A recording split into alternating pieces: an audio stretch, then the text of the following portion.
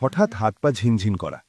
শুরু হয় একদম নীরবে, কিন্তু এর শেষটা অনেক সময় নীরব থাকে না।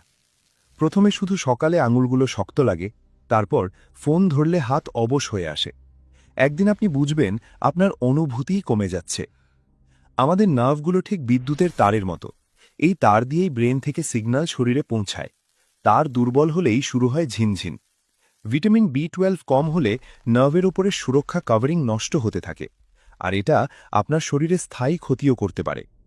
একই ভঙ্গিতে দীর্ঘক্ষণ বসে থাকলে রক্ত সঞ্চালন বাধা পায়, অক্সিজেন কমে যায়। আবার ডায়াবেটিস থাকলে নার্ভগুলো ধীরে ধীরে মারা যায়, যা শুরুটা হয় ওই ঝিনঝিন দিয়েই। থাইরয়েড সমস্যা, অতিরিক্ত স্ট্রেস কিংবা ঘুম কম হওয়া সবই এর পেছনে বড় কারণ। ডিম, মাছ, দুধ, মাংস আর কলা এগুলোই হলো নার্ভের আসল খাবার। নিয়মিত এগুলো না খেলে কিন্তু ঝুঁকি বাড়বেই। তাই প্রতি ঘন্টায় একবার চেয়ার থেকে উঠুন, শরীর স্ট্রেচ করুন, পর্যাপ্ত পানি পান করুন। মনে রাখবেন, বারবার ঝিনঝিন হওয়ার মানে হল আপনার শরীর আপনার কাছে সাহায্য চাইছে।